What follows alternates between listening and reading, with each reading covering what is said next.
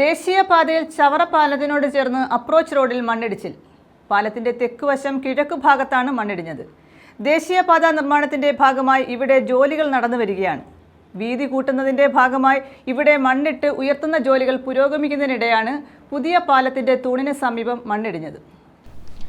ദേശീയപാതയിൽ ചവറ പാലത്തിനോട് ചേർന്ന അപ്രോച്ച് റോഡിൽ നേരിയ തോതിൽ മണ്ണിടിച്ചിൽ. പാലത്തിന്റെ തെക്കുവശം കിഴക്കു ഭാഗത്താണ് മണ്ണിടിഞ്ഞത്. ദേശീയപാത നിർമ്മാണത്തിന്റെ ഭാഗമായി ഇവിടെ ജോലികൾ നടന്നു വരികയാണ്. വീതി കൂട്ടുന്നതിന്റെ ഭാഗമായി ഇവിടെ മണ്ണിട്ടുയർത്തുന്ന ജോലികൾ പുരോഗമിക്കുന്നതിനിടെയാണ് പുതിയ പാലത്തിന്റെ തൂണിന് സമീപം മണ്ണിടിഞ്ഞത്.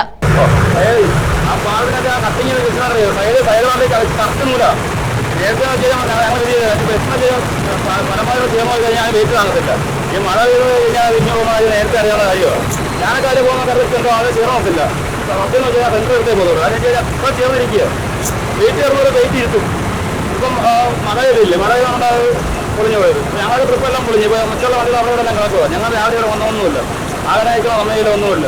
ഉള്ളതുകൊണ്ടൊക്കെ കൂടി ഞങ്ങൾ ഇടം പോവുക. യാത്രക്കാരെ കൊണ്ട് കൂടുതൽ പേടിയില്ലേ? യാത്രക്കാരെ കൊണ്ട് കൂടുതൽ പേടിയില്ലേ? പിന്നെ തീർച്ചയായിട്ടും ഇതേ തുടർന്ന് പാലത്തിലൂടെ ഇരുഭാഗത്തേക്കുമുള്ള വാഹന ഗതാഗതത്തിന് നിയന്ത്രണം ഏർപ്പെടുത്തി. ഇത് ഗതാഗത കുരുക്കിന് ഇടയാക്കി. ഇതിനിടെ ഇടിഞ്ഞ ഭാഗത്ത് കോൺക്രീറ്റ് ചെയ്ത് മണ്ണിടിച്ചിൽ തടയാൻ ശ്രമം നടത്തിവരികയാണ്. പാലത്തിൽ ഗതാഗത കുരുക്കുണ്ടായതോടെ കൊല്ലത്ത് നിന്നും ചവറയിലേക്ക് സർവീസ് നടത്തുന്ന സ്വകാര്യ ബസ്സുകൾ നീണ്ടകരയിൽ ട്രിപ്പ് അവസാനിപ്പിച്ചു. മഴ പെയ്താനുള്ള അവസ്ഥ ഇതാണ്. കാരണം സൈഡെല്ലാം ഇടിഞ്ഞു വീണ് പുതിയ പാലം പണി നടക്കുന്നതാണ് പ്രധാന കാരണം. സൈഡെല്ലാം ഇടിഞ്ഞ് വീണ് ഇപ്പം ഗതാഗത കുരുക്കാണ്. ഒരു വണ്ടിക്കും ചവറയിലും വരാൻ പറ്റത്തില്ല, തിരിച്ചു പോകാൻ പറ്റാത്തൊരവസ്ഥയാണ്. യാത്രക്കാരെ വഴി കറക്കേണ്ട ഒരവസ്ഥയാണ്. പേടിയാണോ? പേടിയാണോ യാത്രക്കാരെ ഇറക്കില്ല? കാരണം സമയം കറക്റ്റ് ചെയ്യാൻ പറ്റുന്നില്ല.